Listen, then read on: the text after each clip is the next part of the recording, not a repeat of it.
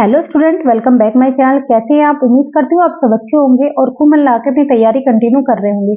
आज हम बात करेंगे सीटेट जुलाई 2025 की कि कितने घंटे पढ़ें हमारा सीटेट क्वालिफाई हो जाए, क्योंकि आप सबके कमेंट भी थे कि मैम हमें कितने घंटे पढ़ाई करनी चाहिए ताकि हमारा सीटेट आसानी से क्वालिफाई हो जाए।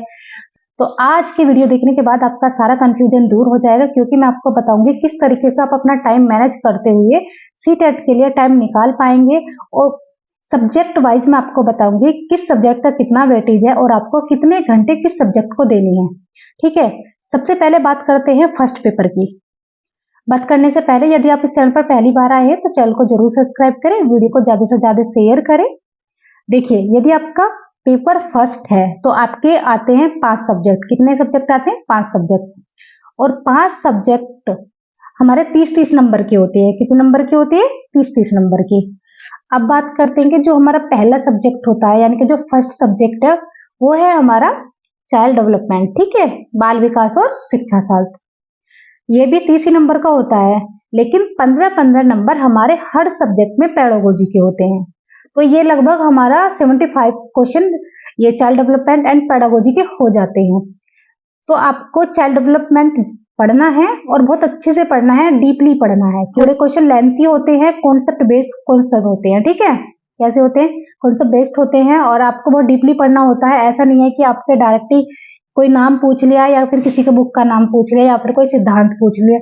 ये पहले ट्रेंड चलता था, लेकिन अगर आप अभी का जो पेपर देखेंगे तो आपको पेपर देख के एक आइडिया लग जाएगा कि किस तरीके के क्वेश्चन चाइल्ड डेवलपमेंट में पूछे जाते हैं।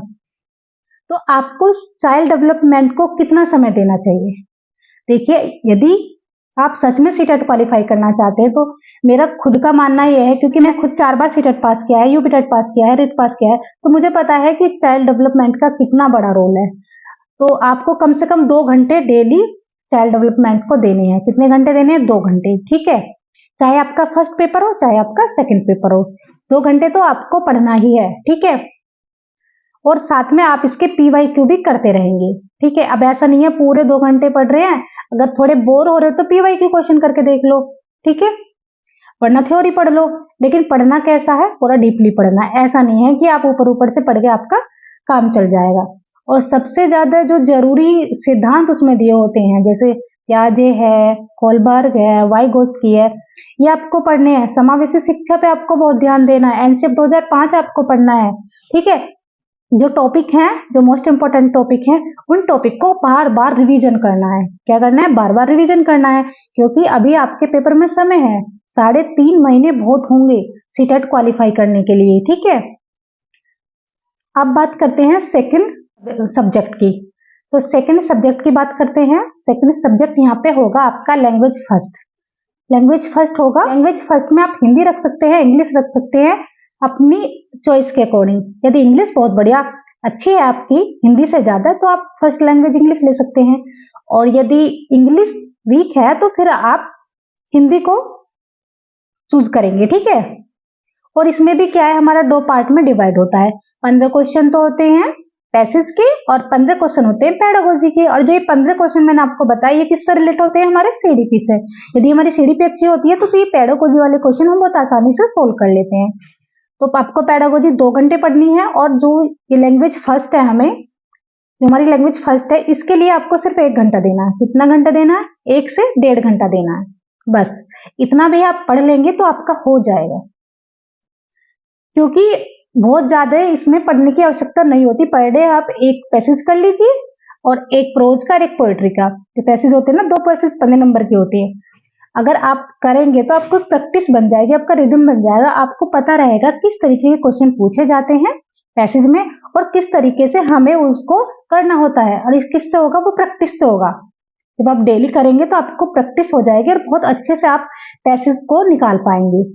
ठीक है, अब जो 15 नंबर पेडागोजी के हैं, उसके लिए जो PYQ क्वेश्चन होते हैं वो आप करेंगे। और जो थोड़ी बहुत थ्योरी होती है उसकी पेडागोजी की, वो आप पढ़ लेंगे तो उसका हो जाएगा। तो कितने घंटे होगी? 3.5 घंटे होगी। 1.5 घंटे ये और 2 घंटे वो। ठीक है, और ये टाइम आपको खुद मैनेज करना पड़ेगा कि आपको सुबह निकालना है, दोपहर को निकालना है या फिर रात में निकालना है। ठीक है, जैसे भी आप निकाल पाओ। मुझे नहीं पता, ये आपकी समस्या है तो आपको निकालना ही पड़ेगा, क्योंकि आपको ये सीटेट देना है और इसके बाद नहीं देना, बस बहुत हुआ, बहुत बार हम अटेम्प्ट दे चुके हैं, ठीक है। अब ऐसा है नहीं कि सीटेट ही देते रहेंगे, आगे भी तो एग्जाम आने हैं, उनकी भी हमें तैयारी करनी है, ठीक। उसके बाद आती है अब हमारा थर्ड सब्जेक्ट। अब देखिए, यदि आपका फर्स्ट पेपर है, ठीक है, यदि आपका फर्स्ट पेपर है तो यहाँ पे आपका थर्ड जो होगा वो होगा मैथ, मैथ और math pedagogy, CTET paper first की बात कर रहे हैं। तो जिनका मैथ वीक है, ठीक है, तो वो पेडागोजी वाले क्वेश्चन बहुत अच्छे से सोल्व कर लेंगे, क्योंकि जैसे हिंदी पेडागोजी होती है ऐसी मैथ पेडागोजी होती है, ठीक है, वहां आप कर लोगे, क्योंकि खुद की जो वो है ना आपकी समझ, उसके अकॉर्डिंग आप क्वेश्चन सोल्व कर लेंगे। क्योंकि मुझे पता है जो बच्चे सीडीपी पढ़ लेते हैं अच्छे से, वो ये पेडागोजी वाले क्वेश्चन भी सोल्व कर लेते हैं, ठीक है। तो 15 नंबर वहां 15 में से 14, ये 13 तो नंबर आप लेके आओगे।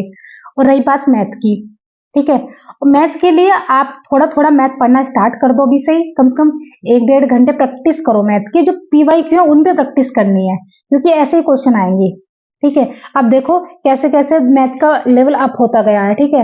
देखिए जिनको मैथ बिल्कुल नहीं आता उनके भी अच्छे नंबर आ जाते हैं, यदि वो थोड़ी भी प्रैक्टिस करते हैं। अब देखो मैंने 5वीं क्लास से मैथ पढ़ना शुरू किया था, ठीक है, क्योंकि मैथ मुझे आता नहीं था और मुझे सीटेट का एग्जाम देना था, तो मैंने जो 5वीं क्लास के बच्चे होते हैं ना, जो यूपी बोर्ड की बुक होती है, उससे स्टार्टिंग की थी, और फिर धीरे धीरे हो गया था। तो आपके भी हो जाएंगी, 20 नंबर भी आ जाएंगे इसमें, तो आपका काम हो जाएगा, ठीक है, 20-25 नंबर। और क्वेश्चन छोड़ना नहीं है बिल्कुल भी, एक भी क्वेश्चन छोड़ना नहीं है, क्योंकि नेगेटिव मार्किंग होती नहीं है, ठीक है। ये आपका हो गया। और अब बात करते हैं आपका जो लास्ट है उसकी, फर्स्ट पेपर वालों की बात कर रही हूँ, वो है हमारा एनवायरमेंट। एनवायरमेंट के लिए आप कुछ मत पढ़ना, 3, 4, 5 क्लास की जो एनसीईआरटी होती है एनवायरमेंट की, वो कर लो। इससे बढ़िया आपको कुछ नहीं मिलेगा, चाहे दुनिया कुछ भी कहती रहे कि आप ये पढ़ लो, आप वो पढ़ लो, आप देखोगे जो एनवायरमेंट की बुक है ना, उससे एज इट इज क्वेश्चन आपको वहां पे मिल जाएंगे, लाइन लिखी हुई मिलती है, पूरी की पूरी लाइन। मजा आ जाएगा आपको पढ़ने के बाद जब आप पेपर देंगे, ठीक है। सिर्फ एनसीईआरटी की बुक पढ़नी है, साथ में पीवाईक्यू करनी है। अगर नहीं होगा तो आप मुझे कमेंट करके बताना कि मेरा नहीं हुआ, क्योंकि मैंने खुद ये वाली चीज कई बार नोटिस करी है। जब मैंने एग्जाम दिए है ना, एज इट इज क्वेश्चन मिलते हैं, और उस टाइम पर जब कितना अच्छा लगता है, ये आप खुद ही चेक कर लेना, ठीक है। ये आपका हो गया। और अब बात करते हैं सेकंड पेपर की, क्योंकि 3 सब्जेक्ट तो सेम ही होते हैं भाई, लैंग्वेज हमारी फर्स्ट, लैंग्वेज सेकंड, तो वो सेकंड पेपर में भी सेम होगी, और सीडीपी भी सेकंड पेपर में सेम होगी।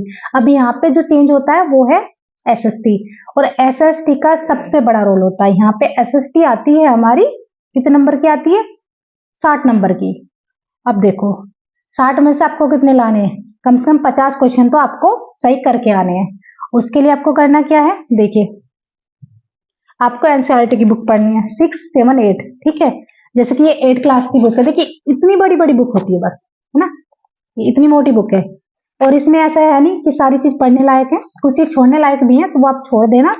और जब आप पढ़ेंगे ना, एक कॉपी ले लेना, एक कॉपी आपको लेनी है, और साथ में जैसे 1 चैप्टर पढ़ा आपने, ठीक है, उसको लिखते चले गए आप, ठीक है। ऐसे मैंने नोट्स बनाए थे पूरी एक कॉपी में, मैंने 12th क्लास तक, है ना, 6th क्लास से लेकर 12th क्लास तक की एनसीईआरटी एसएसटी की पूरे एक नोट्स बनाए थे, और एक रजिस्टर में आ गया था, सारा कंप्लीट हो गया था। 12th तक की बात कर रही हूँ, ठीक है। आपको सिर्फ 8th क्लास तक का पढ़ना है, तो आपका हो जाएगा, क्योंकि इसी से ही क्वेश्चन लगते हैं। क्योंकि हम कितना भी एसएसटी पढ़ लें बाहर से, जो अदर बुक होती हैं आजकल, तो खैर जो भी टीचर है या फिर जो भी पब्लिकेशन है वो थोड़ा एक्स्ट्रा हो गए हैं, वो भी अब एनसीईआरटी अपनी बुक पर लिख के देते हैं कि इसमें एनसीईआरटी मेंशन है, ठीक है। लेकिन अब ये ओरिजिनल वाली एनसीईआरटी आपको पढ़नी है, ठीक। इससे करेंगे तो आपका एक भी क्वेश्चन गलत नहीं होगा, और आपका जो बेसिक कॉन्सेप्ट होता है वो आसानी से क्लियर हो जाएगा। एसएसटी के लिए आप 2 घंटे 3 घंटे जितना भी दे पाए बढ़िया है, क्योंकि ये आपके नेक्स्ट एग्जाम में भी काम आने वाली है। ऐसा नहीं है कि एनसीईआरटी जो बुक है वो सिर्फ हमारे सीटेट के लिए होती है, वो जो अलग एग्जाम होते हैं उनके लिए भी होती है, ठीक है। सभी एग्जाम के लिए बेस्ट बुक होती है। तो ये आपका हो गया। इसके लिए आप शाम को 2 घंटे निकाल लो, दोपहर में 1 घंटा निकाल लो, तो कम से कम 3 घंटे आपको पढ़नी है। अगर देखा जाए तो हमारे कितने घंटे हुए, 2 घंटे हमारे सीडीपी के हुए, 1.5 घंटा हमारा लैंग्वेज फर्स्ट का हुआ, 1.5 घंटा हमारा लैंग्वेज सेकंड का हुआ, कितने हुए टोटल, 5 घंटे हुए। और 3 घंटे अगर आप निकाल पाते हैं, नहीं तो 2 से 2.5 घंटे भी बहुत है। तो हमारे ये हो गए 8 साढ़े 8 घंटे, है ना। कितने हुए? 5 7 साढ़े 7 घंटे या फिर 8 घंटे आप मान लो। तो 8 घंटे आपको निकालने हैं। अब देखो कैसे निकाल पाओगे, ठीक है। और मुझे कमेंट करके बताना कौन कौन बच्चा 8 घंटे निकाल पा रहा है अपनी पढ़ाई के लिए, कौन नहीं निकाल पा रहा है, ठीक है। और दूसरा बात करते हैं जो साइंस वाले हैं ना, मैथ साइंस वाले। देखिए मैथ साइंस वालों में भी 15 नंबर तो पेडागोजी के ही आते हैं आपके ना, 15-20 नंबर होते हैं पेडागोजी के। मैथ साइंस वाली पेडागोजी होती है, वो सेम मैं काफी टाइम से ही बोलती आ रही हूँ। वो कैसी होती है? जो नॉर्मल हमारी सीडीपी होती है उसी के ऊपर बेस होती है, ठीक। तो मैथ साइंस वालों का भी यही है कि उनको एनसीईआरटी बुक जो साइंस वाली होती है वो ही पढ़नी है, प्लस पीवाईक्यू करने हैं। मैं आपको ये नहीं कह रही कि आप अदर से अलग से कोई गाइड खरीद लो या फिर कोई कोर्स कर लो, सेल्फ स्टडी करनी है, आसानी से हो जाएगा। अगर मैंने जितना आपको बताया है इतना आप कर लेते हैं तो मुझे नहीं लगता आपका सीटेट क्वालिफाई नहीं होगा, 100% होगा। और आप मुझे कमेंट करके बताएंगे भी कि मैम मेरे इतने नंबर आए हैं, ठीक है। तो वीडियो पसंद आए चैनल को जरूर सब्सक्राइब करें और ज्यादा से ज्यादा शेयर करें। मिलती हूँ आपसे नेक्स्ट वीडियो में।